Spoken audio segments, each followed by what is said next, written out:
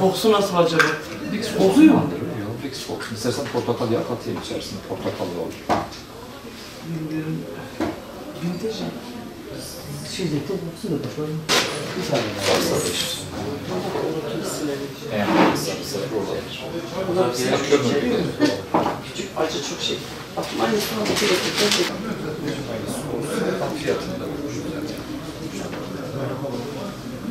Fiyatı yardımcı olur da.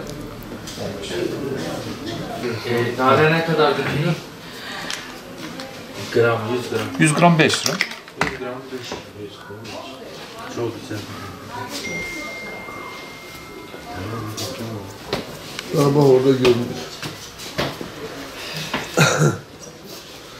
Yengen, bunu da ye.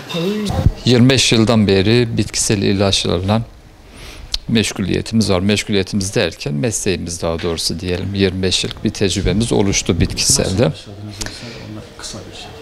Baba mesleği balcılıktı. Balcılıktan direkt yanında bitkisel tedavide o şekilde devam ettirdik. Şimdi mevsim değişikliğinden dolayı bağışıklık sistemi zayıflıyor haliyle ister istemez. Ve mevsim değişikliğinden dolayı hastalıklar kendini yeniler.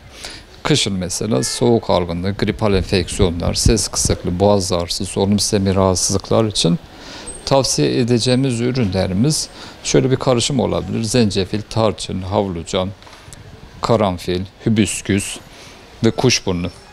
Bunları tükettiğimiz zaman direkt gripal enfeksiyonlara karşı korunmuş oluyoruz.